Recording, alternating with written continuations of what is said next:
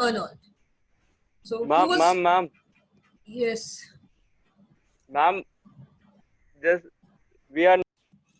Okay. So today we'll be doing the poem Dover Beach by Matthew Arnold. Who was Matthew Arnold? Matthew Arnold was an English poet and a cultural critic whose works remain the best known of the 19th century English poetry. He wrote on a variety of subjects, but is best known for his poems on nature, modern society, and moral instructions. So he is mostly known for his poems on nature, moral instruction, and poems on modern society, right? How the modern society has changed from the one which it used to be long ago. So this poem which we are going to do, Dover Beach, it is very similar to the poem The Darkling Thrush, right? We have done the poem Darkling Thrush. Darkling Thrush, the first poem by Thomas Hardy. So more or less the theme of both the poems is the same, right? So this poem was written in 1867 and it is in the form of a dramatic monologue. Dramatic monologue, or you can call it a persona poem also, right? So it is a type of poetry which is written in the form of a speech of an individual character. So in this poem, you'll come to know that only the poet is talking, right? You know what is a dramatic monologue? Dramatic monologue. Monologue means, mono means one. So only when only one character does the talking, then it is a monologue. Dialogue means two. So if I am, means both the characters, they are speaking. So then it will be a dialogue. Monologue means one is talking and the other one is just listening to what is being said.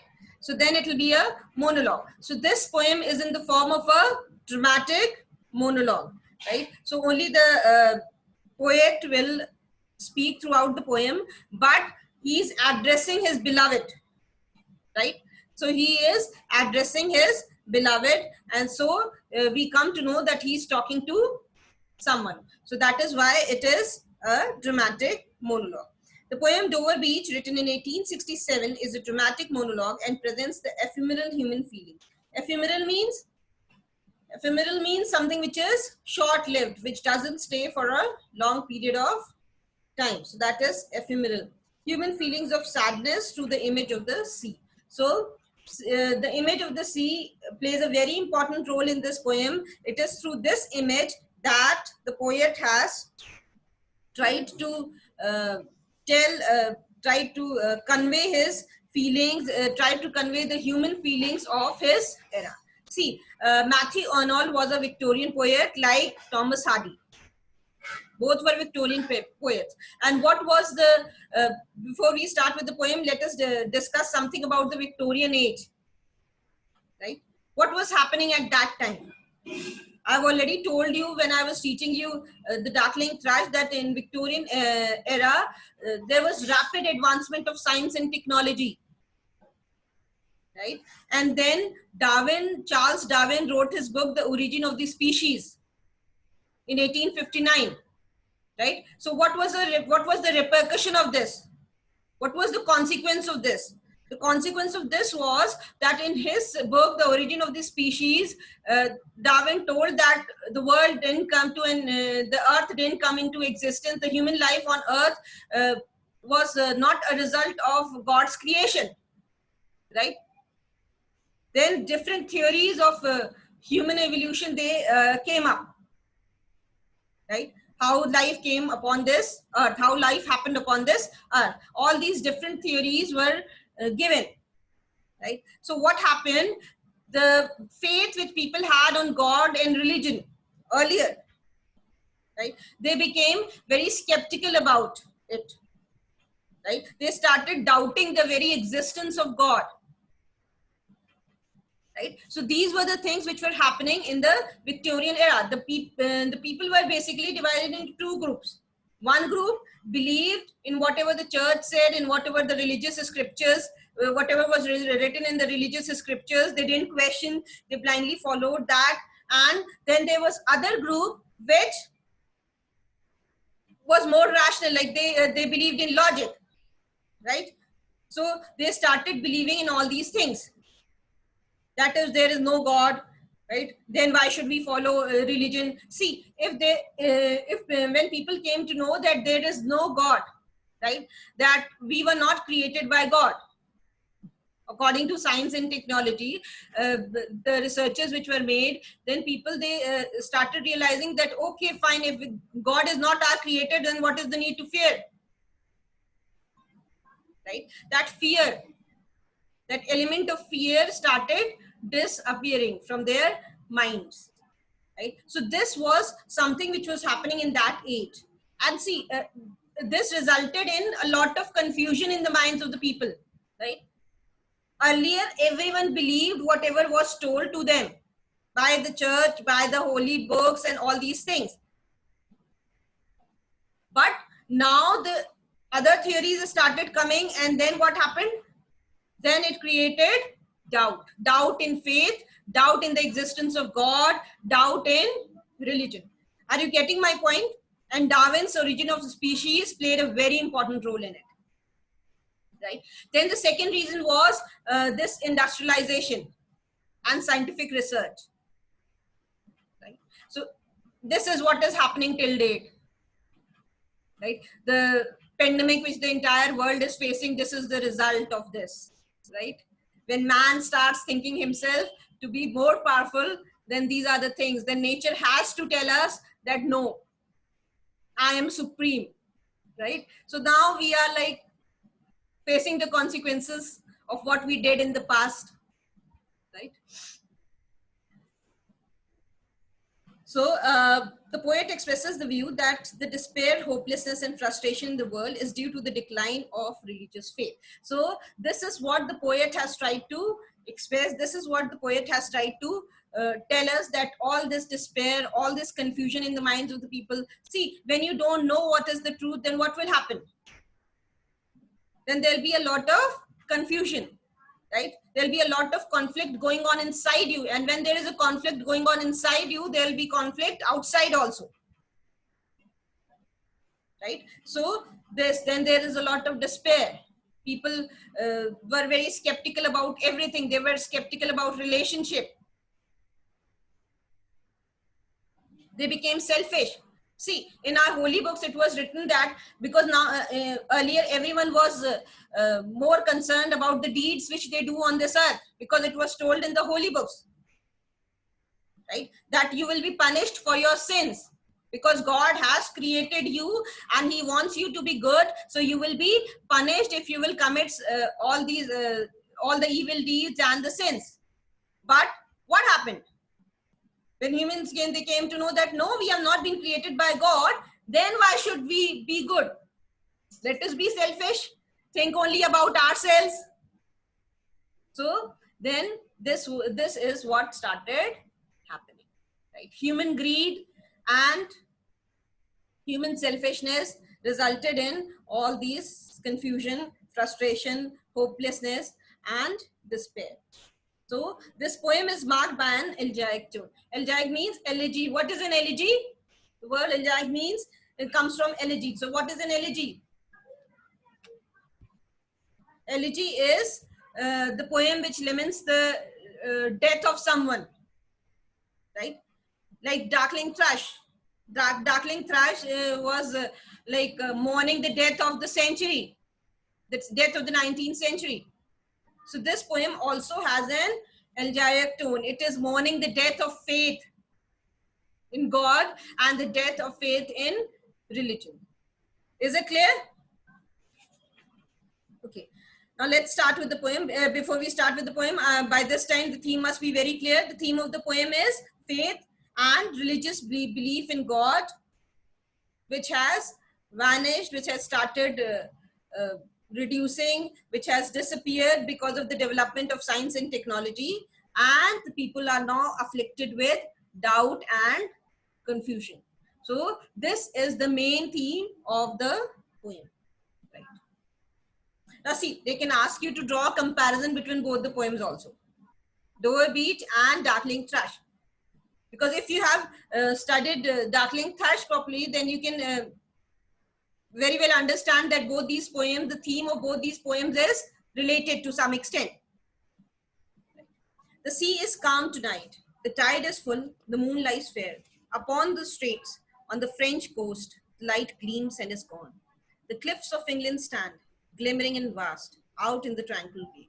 So the sea is calm tonight. The sea is calm tonight means Dover Beach is the beach on the Dover Strait. Dover Strait is a strait in England, right? And so the Dover Beach is the beach, right, or the shore of that strait, right? So the poet is standing near the window of his house, which faces the beach, and so he can see it, and it is the time of night, right? Because the first line itself suggests that it is the time of night. The sea is calm tonight. So the sea is very calm tonight. The sea is serene. The sea is peaceful. The tide is full, and the tide is full. Now see, there is a contradiction in these two lines. When the sea is calm, then the tide cannot be full. During a full tide, the sea is not calm. You know how the tides take place. So there is antithesis in these lines. There is a contradiction. There is an opposition in these lines, right? So, but the poet says that the sea is calm and the tide is full. Means the sea is calm and still the tide is full.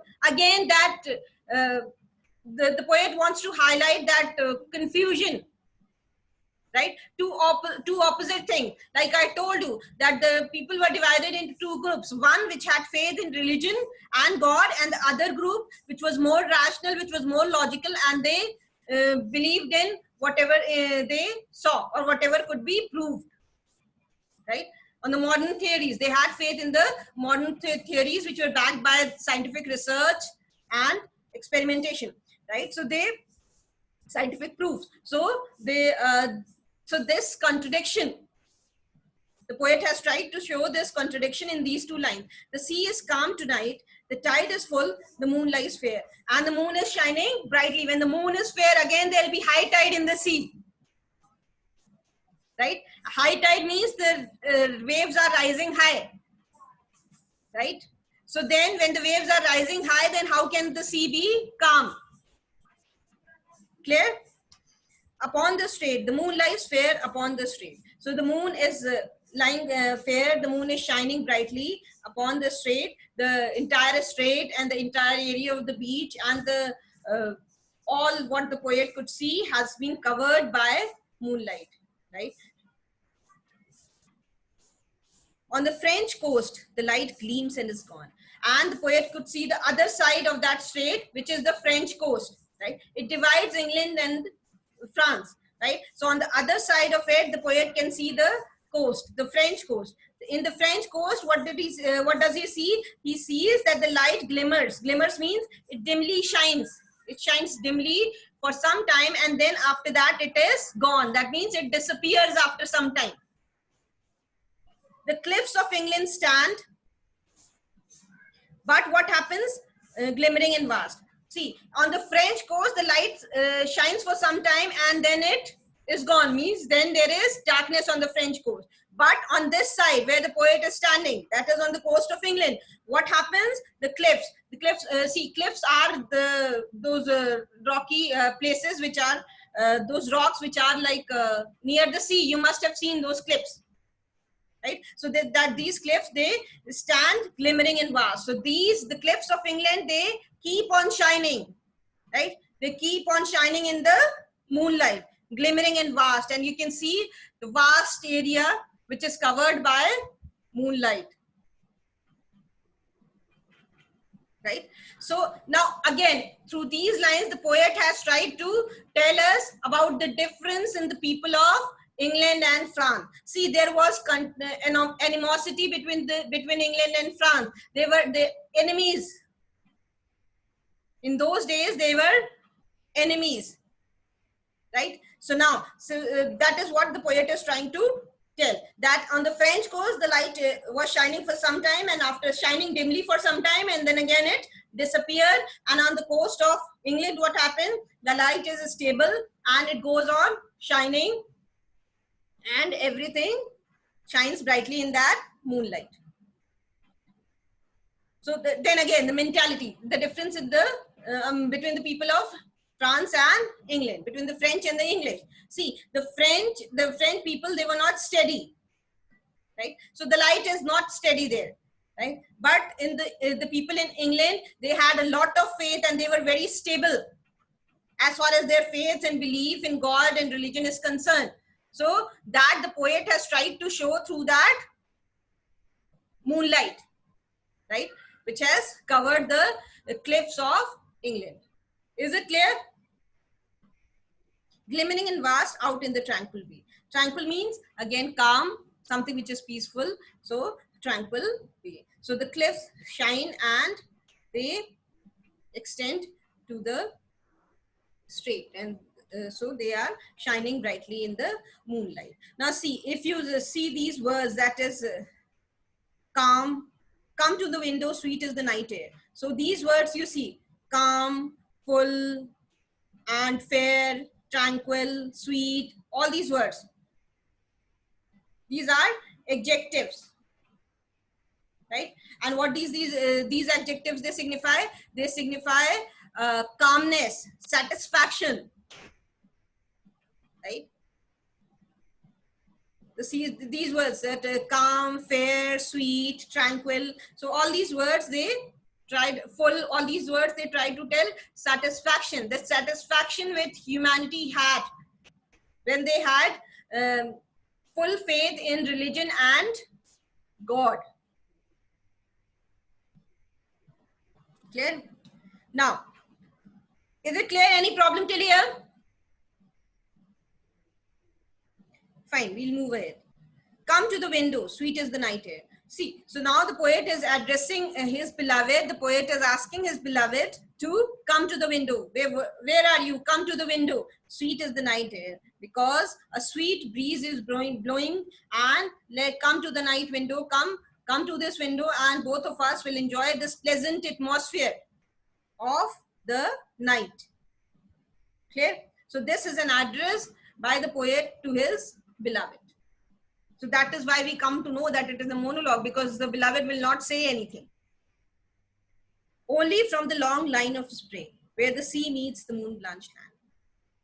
So now we see that from this long line of spray. Line of spray means spray when the water rises up, because it is the moon is shining brightly, means it is the full moon night. And so what will happen in a full moon night? The water will rise up. So rise up and then it will spray on the land. So that is what the poet means to say. Only from the long line of spray. Long line of spray means we can see, as far as we can see, we see the water rising up, the water of the sea rising up and again falling down. Where the sea meets the moon-blanched land. So where, as far as we can see, that is where the sea and the water, they are, the sea and the land, where the place where they are meeting. They meet the moon-blanched land. Means the land which has been covered by moonlight, the light, the yellow light, the slightly off-white yellowish light of the moon, which has covered the land. So this the water of the sea meets that moonlight covered land. So where the sea meets the moon-blanched land. Listen. Now see, till here, which imagery has been used? Till here, the poet has used the visual imagery. Right? What is visual imagery? Means the poet was describing the sight which he was saying, and he was trying to depict the picture of how the scene was, right? Of how the ambience of the place was, right? So this is visual imagery, right? Now we can imagine how this must be looking, how this whole thing must be looking. Now after this line, the poet has used another imagery, that is auditory images. Now he will talk about sounds. So now he'll talk about sounds. Earlier he was talking about sight, whatever he was able to see. Now he will talk about sounds. Listen, you hear the grating roar. So the poet asks his beloved, listen carefully, you can hear the grating roar. Grating roar means the harsh sound of the waves, which is created. This sound is created when the waves, they come to the sea and they strike the rocks and the pebbles which are on the shore, which are on the coast. So that sound is created, that harsh sound is created. And normally when there is high tide, then the sound is very loud and it can be heard clearly. So the poet asks his beloved, come here and listen to the grating roar. Listen to the harsh sound of the waves striking the pebbles which are there on the bank. Of pebbles which the waves draw back and fling. And because these pebbles, you will find those pebbles, those smooth pebbles, which smooth small stones, you can say, which are on the shore. So of pebbles which the waves draw back and fling. And because these waves, they are rising very high and they are very strong. These are strong waves. On a full moon night, the waves are very strong. So what do? The force is very strong. And so what do? They just draw back these pebbles. They just pull these pebbles and then they fling at their return upon the high strand. High strand means sandy shore. So these waves, what do? They just drag those pebbles. They just pull these pebbles along with them, and then they take them along with when they move back, and then they again, when they come back to the shore, they throw them back. Right? Because the pebbles are not so big stones, right? They are very small stones. So they are pulled by the force of the water. They are pulled by the force of the waves. At their return up the high strand. So again, when they come back, when the waves, they come back, when they recede, they take these pebbles along with them. And when they come back, then they fling this. Fling means to throw. So when they come back, they again throw these pebbles on the high strand. High strand means on the sandy shores, they throw back these pebbles.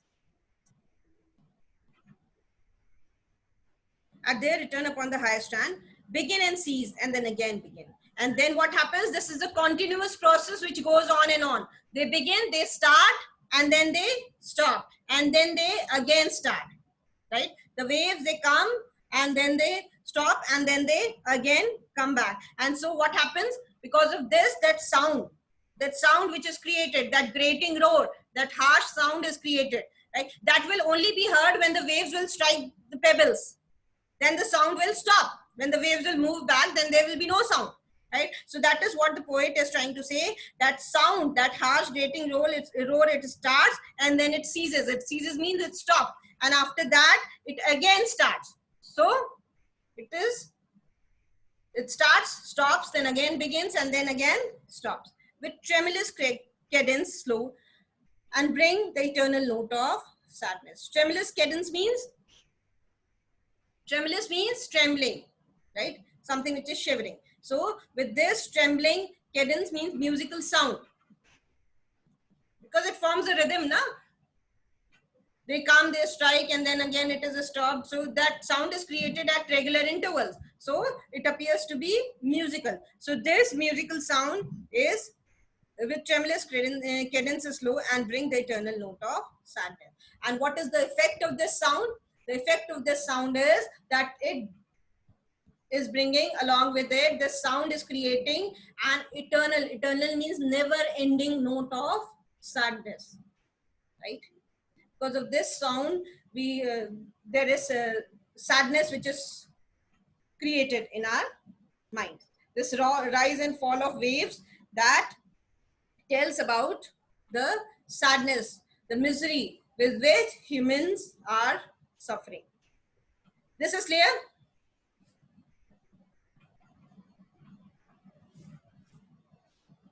Fine.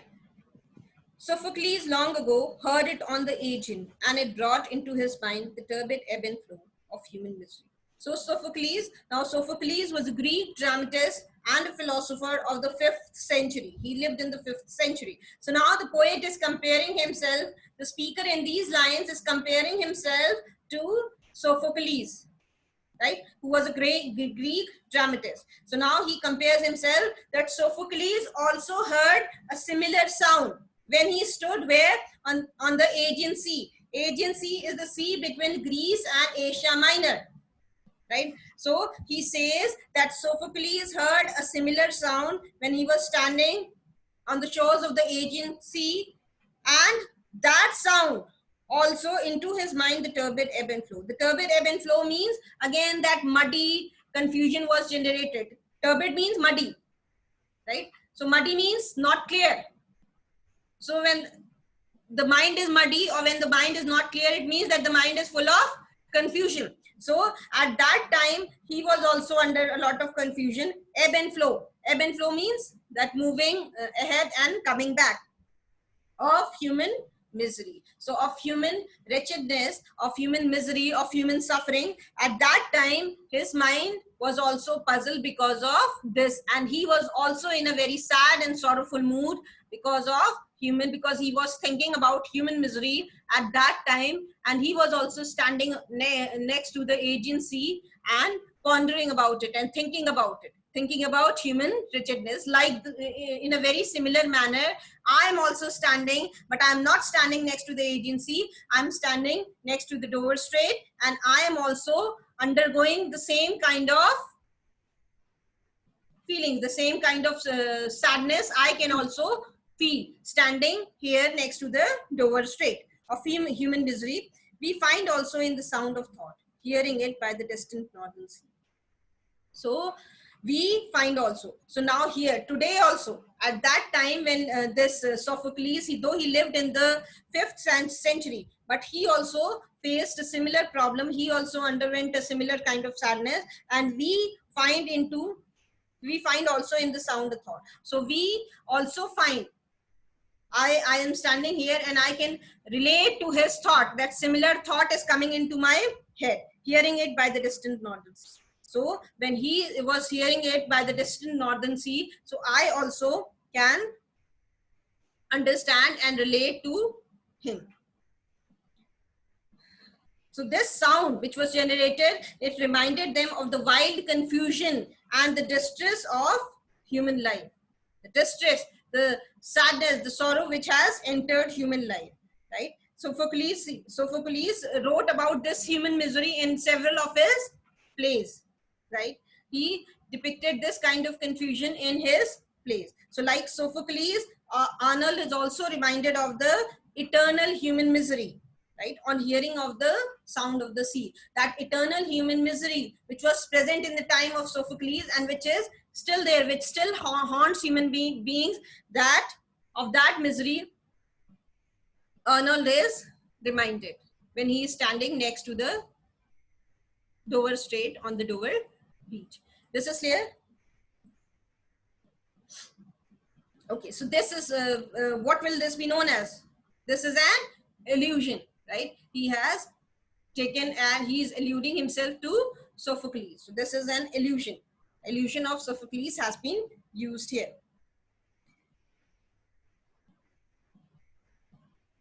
The Sea of Faith. See, there was one thing before this period, before the Victorian era, right? Though again there was science, researches were going on, but what happened?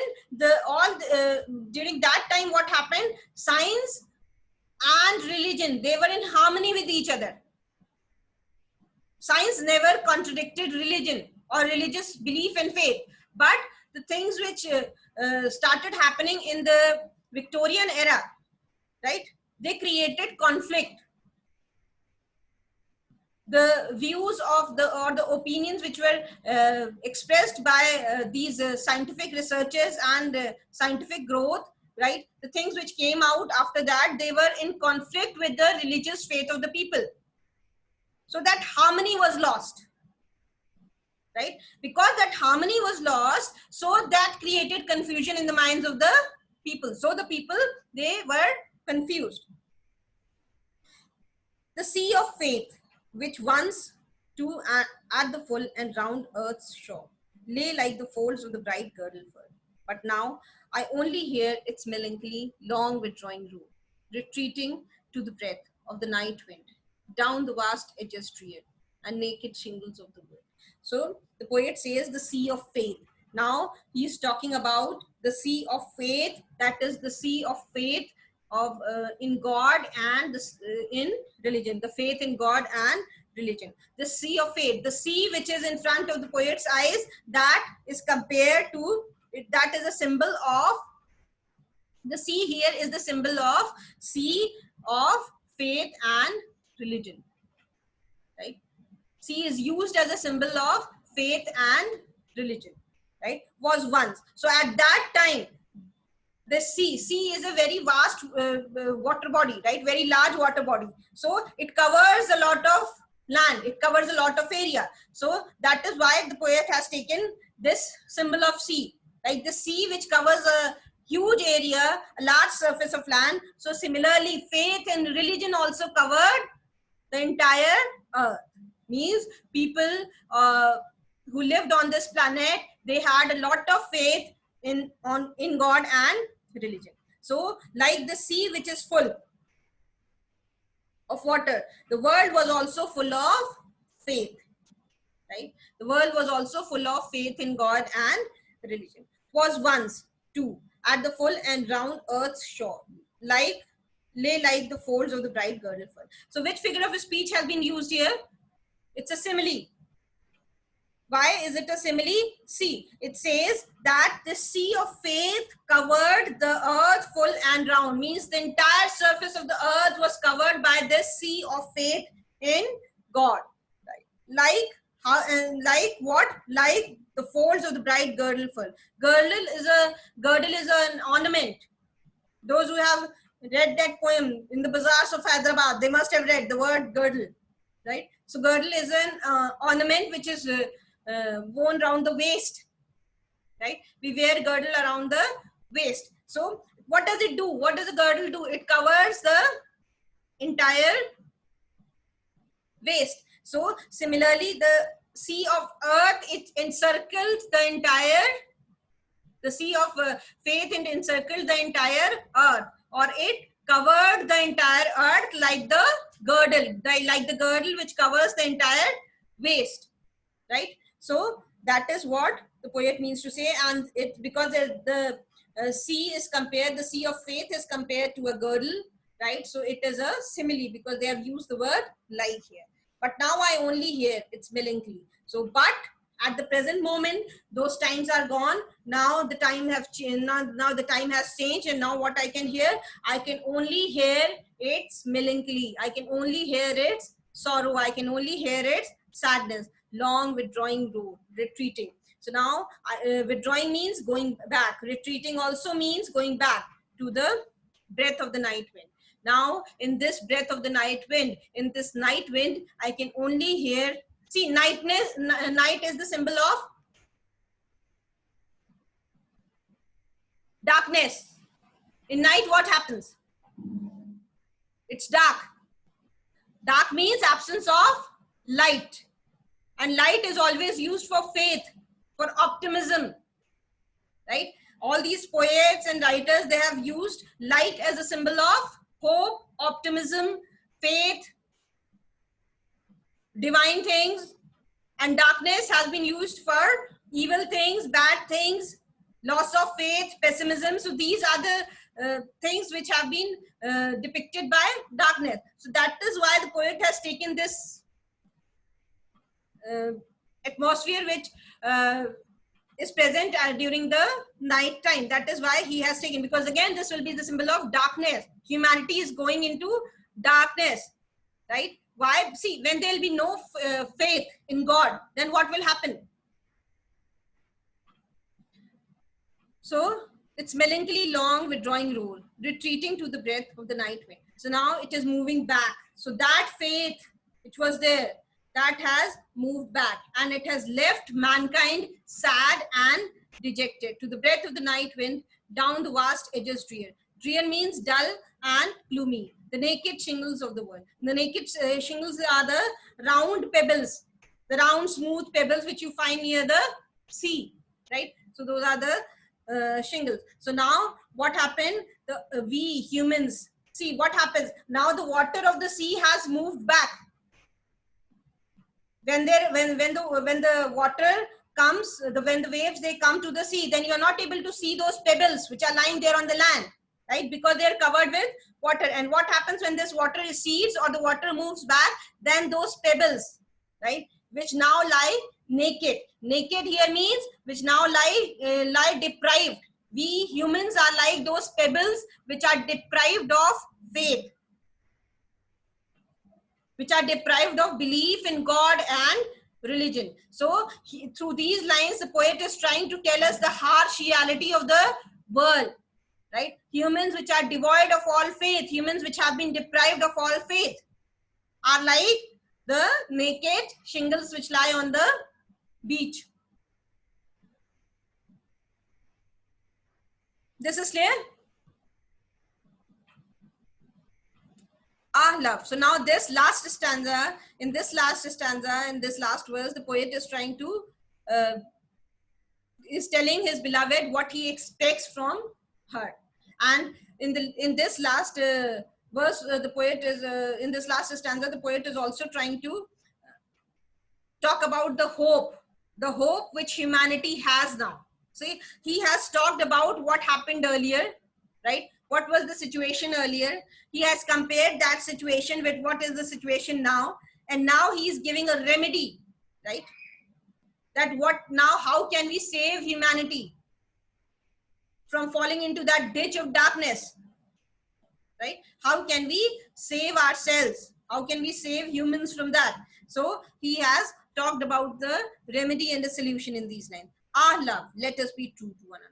So now the only solution is love. Again is an address to his beloved, and he says, now my dear, the only thing which we can do is that we can be true to one another, right? We should be honest with one another.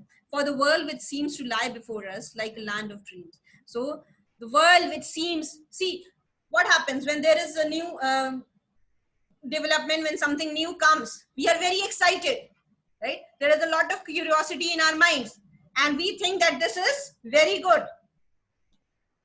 All the calamity which has fallen upon this world is a result of the development of science and technology, right? We only see the good sides of it, ignore the bad side. Then what happens after some years, those byproducts of all the growth and development, what happens? After some time, we have to again do some research and development to find a solution to those byproducts, which have now become very serious problem, which have now taken a very serious problem, and which has now started endangering the humans. So then we have to find a solution.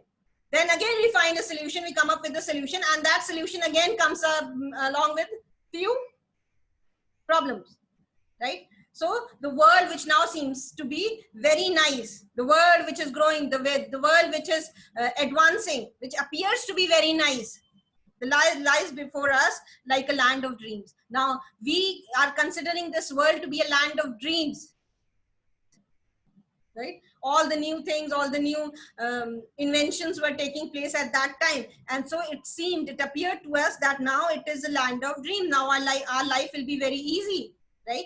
So, but so various, so beautiful. So there is a lot of variety in this world, in this present day world. You'll find a lot of variety, right? So beautiful. It appears to be so wonderful. Obviously, what does this do? New things, they make our life easy, they make our life beautiful, they make our life glorious. I mean, we think that they are making our life glorious, right? So various, they will be so so full of variety, and which is so beautiful, and which appears to be so new, hath really neither joy. But the reality which we fail to realize is that there is neither joy nor love nor light. So what was the repercussion of all this development in technology? The repercussion we have seen, history has proved that all these injurious weapons, all these harmful weapons, which have the power to kill the entire humanity, entire life upon this earth, were a result of science and technology. So what happens? These things are not good, hath really neither joy. So these things, these development, most of these things which are a result of this growth, right? And then when we have started losing faith in God, right? Now, see, we don't believe in God now. We say, nahi, what is God doing? Right? One school of thought is that what is God doing? We humans are all powerful. What will happen if you will not have faith in God? Then we'll consider ourselves to be supreme, right? And then again, it will have its own repercussions, its own consequences. The result is you don't need an example. When humans, they start crossing the boundaries which have been set by nature, right? When they try to overpower nature, what happens? The nature will someday come forward and tell us our right place where we stand, right? We need to respect nature. Humans are the only creature on this planet who have crossed their boundaries. The rest of the creatures who are considered not to be so mentally developed, right? We, the most elevated creation of God, the most elevated creation of nature, have always bypassed our limits, our boundaries, right? So to one another, for the world which seems to lie before us, the world which now appears to be like a land of dreams, the land full of dreams, so variety, there is so variety in this. So various means there is so much variety in this world, which appears to be so beautiful, and it appears to be all new world in front of us, hath really neither joy. What is the reality? This world doesn't have any joy, nor love, nor light. Light here means the light of knowledge. This world, this present day world is devoid of joy. This present day world is devoid of love. This present day world is devoid of light of knowledge. Again, light of knowledge means the light of spiritual knowledge, right? So the result of all these things was that people, they became very selfish, right? And greed, it came into their hearts. Earlier, these two, selfishness and greed, were considered as something which were sins, right? And humans were taught in olden days that they'll be punished for all these things. We should share with others. We should share with everything with our fellow humans. We should be more considerate towards them. There should be compassion. There should be love. But what happened?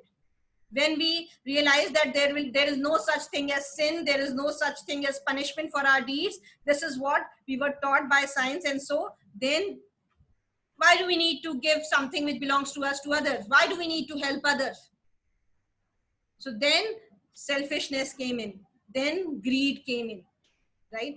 And these are the bad qualities. These are something which are evil. What will happen if everyone will become very selfish? They will try to exploit others and exploit the entire earth for their own personal interest. So then what will happen? Then the earth will not be beautiful. Hath really neither joy nor love nor light. So then this is the result. This earth doesn't have any joy left, nor there is love, nor there is light of knowledge, nor certitude. Certitude means certainty. There is no certainty also, nor peace, nor help for pain. And so there is neither peace nor there is help for pain. Help for pain means, again, that this is the poet is trying to show that the world has become very, very selfish. So, this is an anaphora used here in these lines. Nor joy, nor love, nor light. So it is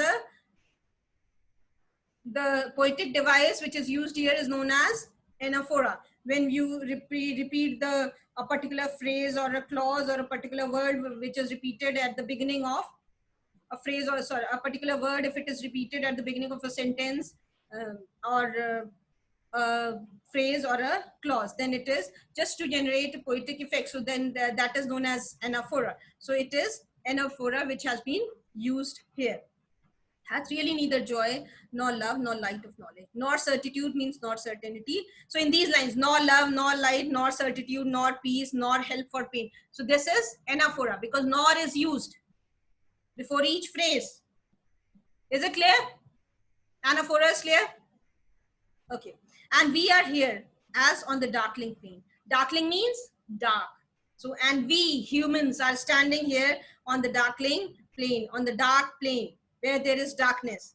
swept with confused alarms, and we are swept. See, in the dark, it is not possible to see anything around us, right? So we are standing here on the darkling plane, and we are confused because different kinds of sound. Alarms mean sounds of danger. We are listening to different kinds of sounds of danger which are coming, different alarms which are coming from all around us. Alarms of a struggle and flight, where ignorant armies clash by night. So our situation is like this situation of the soldiers who are fighting in the dark.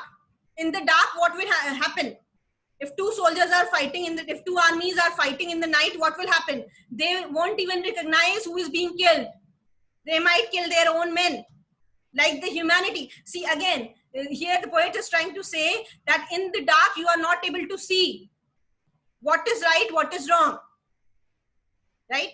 In the dark, if soldiers are fighting, they will listen to some sound which is created by them or by people around them or by their weapons, and then they will be alarmed. They will sense it as danger, and then they will attack.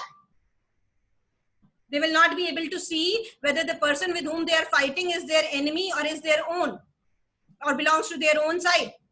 They will not be able to see that. So it's like fighting in the dark. Our situation is like the soldiers which are fighting in the dark. So again, if I'm killing my own people, if I'm killing my own soldiers, what am I doing? I'm harming myself indirectly. So this is what the poet tries to tell us, that by doing this, we are actually harming ourselves, right? We are leading. Humans are moving towards their own downfall. What will happen if I'll start killing my men? Then again, what will be the result of it? It will lead to my downfall. So it is like our situation is like the soldiers which are fighting in the dark, in the darkling plain, swept with confused alarms of a struggle and flight. So they are confused. There is a lot of sound there, and they are not able to see clearly, because what they are thinking is beautiful, it's not actually beautiful. So it means they are not able to see clearly, and so they are not able to understand the real situation. They are not able to understand the reality. So they are fighting against themselves now, where ignorant armies clash by night. So their situation is like the ignorant armies, the armies which are not aware, and they are clashing. Clashing means fighting by night. During the night time, if armies, they start fighting, so we are also facing a similar situation, right? So in this poem, sea has been used and as an imagery, as a symbol of, you can say, eternal human misery, right? The human misery which has covered the entire humanity. And later, now see in this poem has been used first as an first it has been used to relate to the eternal human misery, and later on the poet has used sea as the sea of faith, as a symbol of faith also. You can see in that third stanza, right? Third stanza, the poet has used sea as a symbol of faith, right? Earlier, he has used it as a symbol of human misery, eternal human misery, in that stanza of Sophocles, right? So he has used the same object of nature to convey two things, right? In one stanza, he has used the same object to convey human misery, the eternal human misery, which has covered the entire earth. And then in the third stanza, he has used the same object of nature to talk about faith and religion. Is it clear? Anyone has any problem?